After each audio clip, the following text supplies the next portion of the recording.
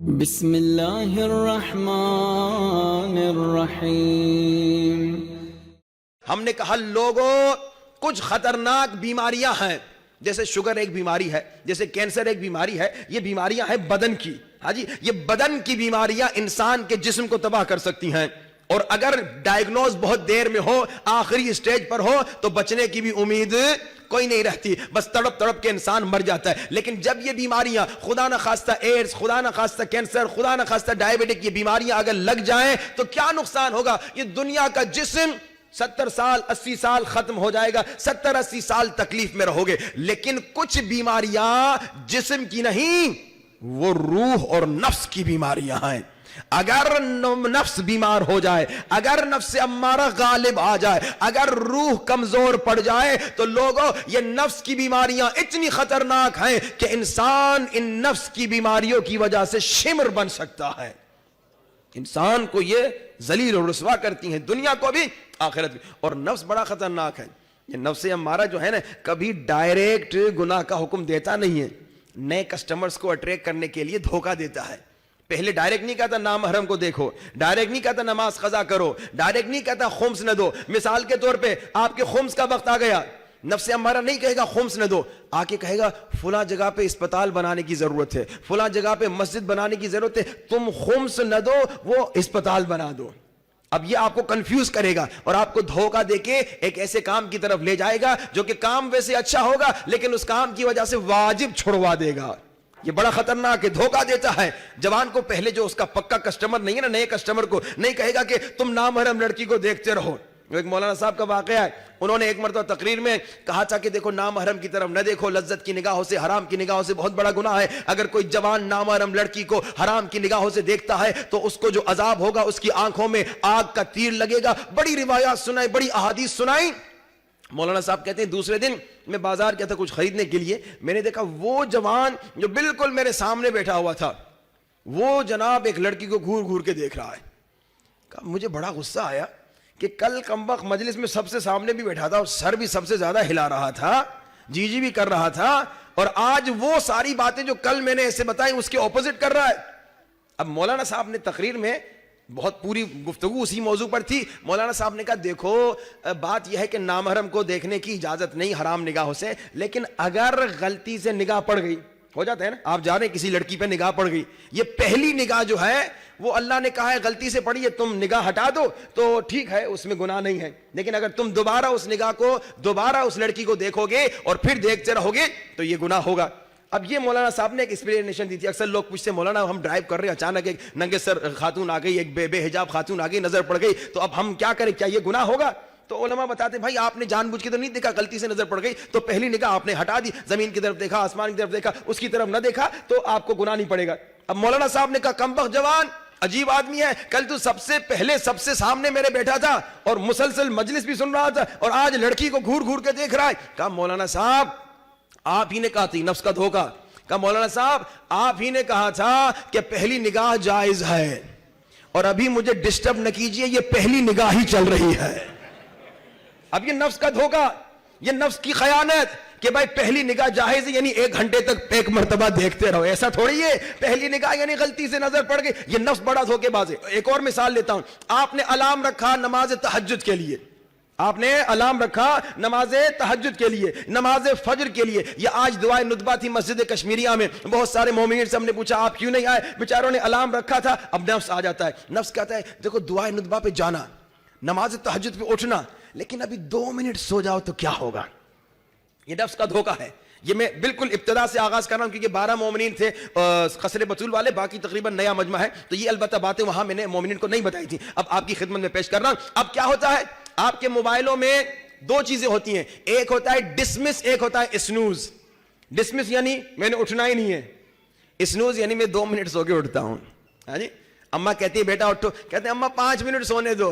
ہاں جی، مجھے بھی آج کل کیونکہ نیند نہیں مل رہی، ایک صاحب روز آ کے ٹائم پہ اٹھاتے ہیں، جب میں ٹائم دیتا ہوں تو میں کہتا ہوں 10 منٹ سونے دو، وہ بڑے اسٹرکٹ ہیں، وہ اٹھنے مجھے سونے نہیں دیتے، کہتے ٹائم ہو گیا اٹھیے۔ بھائی عام طور پہ یہی ہوتا ہے کہ جناب ہم کہتے ہیں 5 منٹ سونے دو، یہ نفس کا دھوکہ ہے۔ نفس کیا کہتا ہے، نفس ابتدا میں، کیونکہ آپ نفس کے پکے کسٹمر نہیں ہیں، نفس ہرگز نہیں کہتا کہ جناب چھوڑ دو نماز کو، بلکہ نفس کہے گا نماز تو ضرور پڑھنی ہے، لیکن 5 منٹ سونے سے کیا ہوگا، ہے نا؟ یہ 5 منٹ سو جاؤ کیا ہو جائے گا؟ یہ دھوکہ دیتا ہے، یہ خیانت کرتا ہے، یہ بڑا خطرناک ہے۔ 5 منٹ کرتے نماز قضا ہو جاتی ہے۔ آپ دنیا کو دیکھیں، نفس آپ کی دنیا کا بھی دشمن۔ آپ کا جاب انٹرویو ہے، آپ کو 8 بجے اٹھنا ہے، 9 بجے پہنچنا ہے، اب یہ اسنوز کرتے کرتے آپ کی جاب ڈسمس ہو جاتی ہے، آپ کا جاب انٹرویو چلا جاتا ہے۔ یہ نفس بڑا خطرناک ہے۔ پھر ہم نے کہا نفس کی بیماریوں میں سے ایک بیماری کی طرف ہم نے اشارہ کیا۔ اچھا، اب نفس کی بیماریوں کا جو عذاب ہے بڑا خطرناک ہے۔ قیامت کے دن امام خمینی کہتے ہیں ایک یہ جو دنیا کی آگ ہے نا، یہ قیامت جہنم کی آگ سے ٹھنڈی ہے۔ یعنی اگر دنیا کی آگ کو جہنم کی آگ کو رکھو تو دنیا کی آگ ٹھنڈی، اور جہنم کی آگ کو اس آگ کے برابر اگر رکھو جس میں وہ گنہگار جاتا ہے، جس میں نفس کی بیماریاں ہیں، تو یہ جہنم کی نارمل آگ ٹھنڈی ہے اس آگ کے مقابلے میں جس آگ میں وہ شخص گرے گا، وہ شخص جائے گا جس میں نفس کی بیماریاں ہیں۔ تکبر نفس کی بیماری ہے، ریاکاری نفس کی بیماری ہے، اسی طرح عجب نفس کی بیماری ہے، بخل نفس کی بیماری ہے، سوء ظن نفس کی بیماری ہے، غیبت کا کرنا نفس کی یہ ساری نفس کی بیماریاں ہیں۔ اب ان کی طرف یقیناً میں ان تمام موضوعات کی طرف تو اس 1-2 دن میں گفتگو نہیں کر پاؤں گا، لیکن میں نے آپ کو کیا فرمایا؟ میں نے کہا کہ دیکھیے کچھ کتابیں ہیں ان کا مطالعہ کیجئے۔ جہاد اکبر ایک کتاب ہے، اسی طرح 40 حدیث ایک کتاب ہے، اسی طرح قلب سلیم ایک کتاب ہے، اسی طرح معراج السعادہ جامع السعادہ ایک کتاب ہے۔ ان کتابوں کا مطالعہ کیجئے، یہ کتابیں آپ کو مدد کریں گی اپنے نفس کی بیماریوں کو ڈائیگنوز کرنے میں۔ اب اللہ جانتا ہے کتنے لوگوں نے سنا اور کتنے لوگوں نے اس پہ عمل کیا۔ میں اکثر عمل کرواتا ہوں، وہ ہاتھ اٹھوا کے آپ لوگوں کو یاد ہوگا پچھلی مرتبہ صلواتیں پڑھوائی تھیں قصر بطول میں، الہی عظم البلا کا وعدہ لیا تھا۔ اب میں لگتا یہ ہے کہ قلب سلیم پڑھنے کا بھی وعدہ لے لوں، اس میں ایک تو آپ کو خرچہ بھی ہو جائے گا، کتاب بھی خریدنی پڑے گی اور مجبوراً شاید آپ پڑھ بھی لیں، لیکن کیونکہ مجھے معلوم ہے اس وعدے پہ آپ عمل نہیں کریں گے، آپ بھی گنہگار ہوں گے، میں بھی بیکار میں پشیمان رہوں گا کہ میں نے ان سے وعدہ کیوں لیا، تو یہ وعدہ آپ سے نہیں لیتا، لیکن آپ اپنی ہی خاطر اس کتاب کو پڑھیے، قلب سلیم کو پڑھیے، گناہان کبیرہ یہ کتابیں ہیں، اس میں نفس کی بیماریوں کی طرف اشارہ ہے۔ ہم نے ایک نفس کی بیماری پہ گفتگو کی پرسوں کی مجلس میں، تکبر خطرناک بیماری ہے۔ اگر آپ سلام کرنے میں پہل نہیں کر رہے، بچہ آ گیا میں سلام کروں، میں مولوی میں کیوں سلام کروں، میں جنرل میں کیوں سلام کروں، بچے کو وہ مجھے سلام کرے۔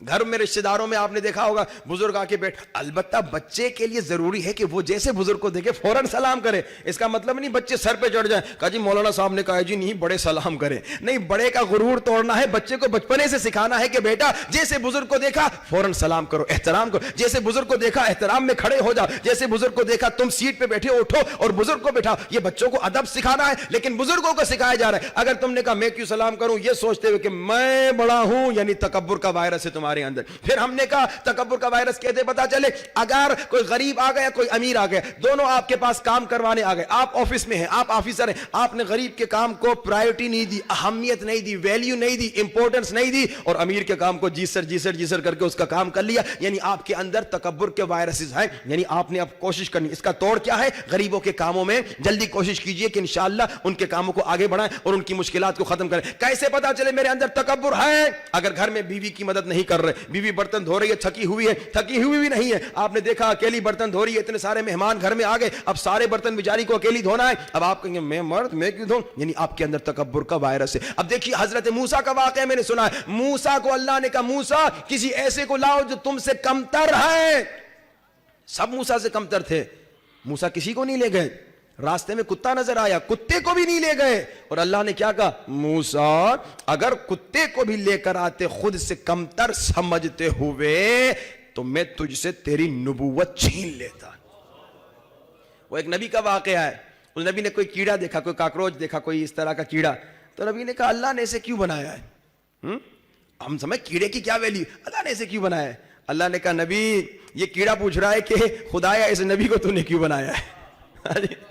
آپ کسی کو بھی میں نہ آئے، یہ میں آئے گی تو شیطان بنو گے۔ اور اچھا اسی میں کو توڑنے کے لیے اللہ کیا کرتا ہے؟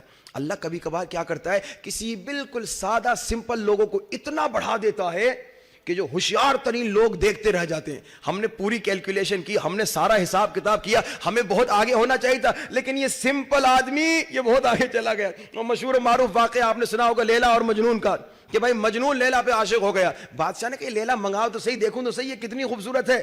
جب دیکھا تو بادشاہ کو الٹی آنے لگی. کہا یہ لیلا ہے, مجنون واقعی مجنون ہے, واقعی پاگل ہے کہ اس پہ عاشق ہوا ہے. علماء کہتے ہیں اللہ جان بوجھ کے کبھی سادہ سمپل لڑکیوں کے لیے اتنا ہینڈسم اور اچھا لڑکا بھیجتا ہے شادی کے لیے کہ وہ حسین مغرور لڑکیاں جو حسن میں مغرور ہو جاتی ہیں وہ دیکھ کر حیران رہیں کہ ان کو اللہ نے حسن تو دیا لیکن غرور کی سزا یہ ملی کہ ان کو ایسا لولا لنگڑا شوہر ملے گا کہ وہ خود دیکھتے ہوئے راتوں کو روتی رہے گی یہ ملا کیا ہے. یہ ہے غرور. تم اللہ کو غرور نہیں پسند, اللہ کو غرور اور تکبر بالکل نہیں پسند. اللہ کہتا ہے غرور کا خیال بھی نہ آنے پائے, تکبر کا خیال بھی نہ آنے پائے. یہ تکبر کا خیال بھی جو ہے خطرناک ہے. ہم نے کہا تکبر کا علاج کیا ہے, بیوی کا خطبہ, بیوی نے فرمایا تکبر کا علاج یہ ہے کہ نماز تکبر کو توڑتی ہے. کون سی نماز؟ وہ نماز جو معرفت کے ساتھ ہو. جب اللہ اکبر کہہ رہے ہو تو کہو میں کون ہوں, خالق کائنات کے سامنے کھڑا ہوں, خالق کائنات کے سامنے جھک رہا ہوں. جب رکوع میں جاتے ہو میں خدا کے سامنے جھک رہا ہوں, تکبر کو توڑو. سجدے میں جاؤ میں مٹی سے بنا ہوں, کس چیز پہ تکبر. دوسرا سجدہ میں مٹی میں جاؤں گا, کس چیز پہ تکبر. ہم نے کہا یہ نماز معرفت کے ساتھ تکبر کو توڑتی ہے. دوسری چیز ہم نے بتائی, نماز اگر معرفت اور عشق اس میں آ جائے تکبر ٹوٹ جائے گا. عشق میں نے کہا ماں کو جب عشق ہوتا ہے, بچے سے محبت ہوتی ہے, جتنی بڑی ماں ہو وہ کبھی اپنے بچے کو صاف کرنے میں برا نہیں سمجھتی کیونکہ عشق ہے, محبت ہے.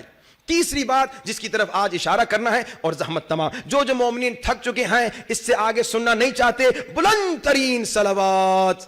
بہت ساری باتیں میں نے مختصر کی. ایک نشانی کیا تھی ریاکار کی, کہ گھر میں جب عمل کرتا ہے, نیک عمل کرتا ہے تو جناب الگ انداز ہوتا ہے.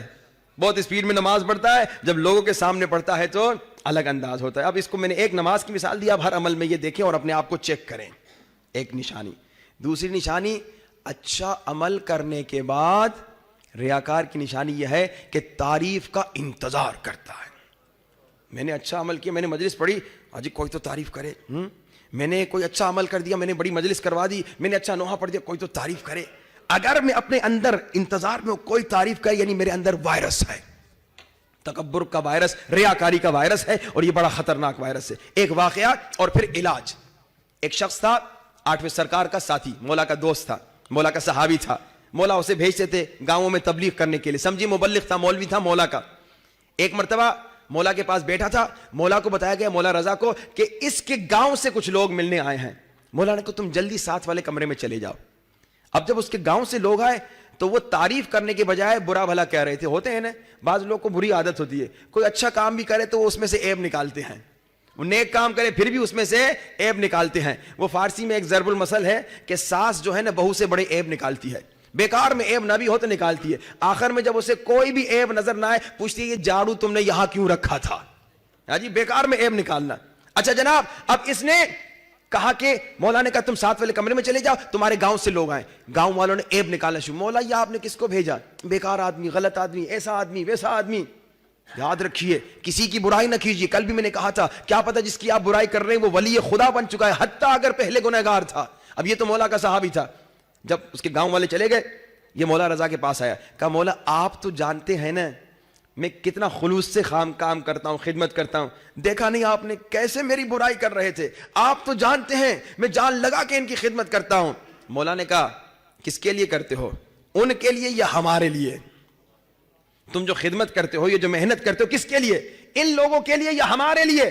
کہا مولا میں آپ کے لیے کرتا ہوں. مولا نے کہا تو ہم جانتے ہیں تم کتنے خالص ہو, ہم جانتے ہیں تم کتنے مخلص ہو. لوگوں کی بات کی فکر نہ کرو.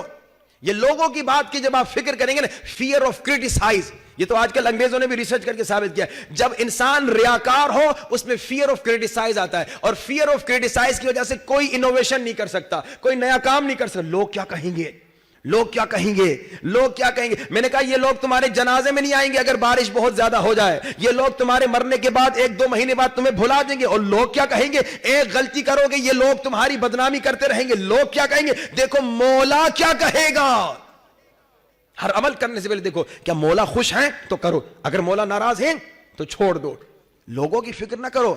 اور یہ ریسرچ سے ثابت ہے کہ ریاکار انسان کے اندر فیئر آف کرٹیسائز ہوتا ہے, اور فیئر آف کرٹیسائز کی وجہ سے بڑے بڑے اچھے اچھے کام جو ہے وہ نہیں کرتا, ڈرتا ہے لوگ کیا کہیں گے, لوگ کیا کہیں گے, یہ لوگ کیا کہیں گے یعنی ریاکار ہے. مجلس ہوتی ہے, مولانا تھوڑی دیر میں آ جاتے ہیں, پریشان ہو جاتے, بانی بھائی کیوں پریشان, لوگ کیا کہیں گے, مولانا صاحب کا 10 بجے کا ٹائم تھا, 10:30 بج گئے, مولانا کیوں نہیں, یہ لوگ کیا کہیں گے بڑی خطرناک. البتہ مینجمنٹ کوشش کرے کہ انشاءاللہ ہر چیز ٹائم پہ ہو, لیکن لوگ کیا کہیں گے جب آپ نے کہا نا, یعنی آپ کے اندر وائرس ہے. اکثر بانیوں میں یہ وائرس ہوتا ہے, لوگ کیا کہیں گے, لوگ کیا کہیں گے, اور اسی لوگوں کی خاطر بڑی بڑی حلیمیں کھلاتے ہیں. حلیم کھلاؤ تو لوگ تعریف کریں, ہاں جی, اچھے اچھے کھانے نظر نیاز میں دو تو لوگ تعریف کریں. ایک غلطی کرتے ہیں وہ سارے لوگ برا بھلا کہتے ہیں. یہ لوگوں کا حال ہے, لیکن اللہ کے سامنے اللہ کریم ہے. اللہ کہتا ہے 1000 غلطیاں معاف کر دوں گا, میرے پاس آ جا, میرے لیے عمل کر, تیرے عمل کا خریدار میں خالق ہوں نہ کہ لوگ. اب بس علاج, ایک تو میں نے تکبر کا علاج بتایا, نماز, اور نماز بھی کیسی, ایسی نماز جو قبول ہو, اور قبول ہو کیسے, نماز میں معرفت ہو, عشق ہو اور خلوص ہو. خلوص کیسا آئے گا, ان ریاکاری کے نشانیوں کو نکالے اور خلوص کو لانے کا نسخہ, کمال کا نسخہ, کہا کہ لا الہ الا اللہ کا ذکر کرو. لا الہ الا, لیکن کس انداز سے, اس انداز سے کہ ہم جب ریا کرتے ہیں نا لوگوں کے دکھاوے کے لیے, ہمارا یہ ذہن میں خیال ہوتا ہے کہ یہ دیکھے گا میری نماز اچھی ہے, یہ دیکھے گا میری مجلس اچھی ہے, یہ دیکھے گا میں مجلس اچھی کرواتا ہوں, اچھا نیاز کھلواتا ہوں, تو مجھے کوئی نہ کوئی فائدہ دے گا. یعنی ذہن میں بیک گراؤنڈ میں یہ چلتا ہے لوگوں کے لیے. اسی لیے ہم کوشش کرتے ہیں کہ لوگ خوش ہو جائیں, لوگ اسی لیے ہم ان کو اٹریکٹ کرنا چاہتے ہیں کہ ہم یہ سمجھتے ہیں کہیں نہ کہیں مجھے بینیفٹ دے گا. لا الہ الا اللہ, یعنی نفع نقصان کا مالک لوگ نہیں خدا ہے. جب بھی لا الہ الا اللہ پڑھو اس انداز سے, لا الہ الا اللہ اس انداز سے کہ نفع نقصان کا مالک خدا ہے. یہ بندہ مجھے نفع نہیں دے سکتا, یہ بندہ مجھے نقصان سے نہیں بچا سکتا, نفع اللہ دے گا, نقصان سے اللہ بچائے گا. قمبر مولا علی کے پیچھے پیچھے آ رہا تھا یا کوئی اور صحابی, مولا نے کہا کیوں میرے پیچھے آ رہے ہو, آدھی رات تھی, مولا نے کہا کیوں میرے پیچھے آ رہے ہو, کہا یا علی آپ کے دشمن بہت ہیں, آپ کا خیال کرنے آ رہا ہوں. مولا نے کہا مجھے کس سے بچاؤ گے, دنیا والوں سے بچاؤ گے یا آسمان والے سے بچاؤ گے. جب وقت آ جائے گا پوری دنیا بچانا چاہے نہیں بچا سکتی, اور جب وقت نہیں آئے گا پوری دنیا مارنا چاہے نہیں مار سکتی. لا الہ الا اللہ کا ذکر کرو, انشاءاللہ کم سے کم دن میں 100 مرتبہ. روایت میں ملتا ہے رسول خدا کے پاس کچھ لوگ آئے, سنیے لا الہ الا اللہ کا فائدہ, دوسرا فائدہ, ایک تو ریاکاری ٹوٹے گی اس نیت سے. اللہ کے رسول کے پاس کچھ لوگ آئے, کہا کہ یا رسول خدا, یہ جو امیر لوگ ہیں اپنے پیسے سے مسجدیں بناتے ہیں, حج پہ جاتے ہیں, نیک کام کرتے ہیں, ہم غریب ہیں, ہم کیا کریں. اللہ کے رسول نے فرمایا اگر کوئی دن میں 100 مرتبہ لا الہ الا اللہ پڑھے تو اس دن کی جتنی لوگوں نے نیکیاں کی ہوں ان تمام نیکیوں سے اسے زیادہ ثواب ملے گا, مگر یہ کہ کسی نے 100 مرتبہ سے زیادہ لا الہ الا اللہ پڑھا ہو.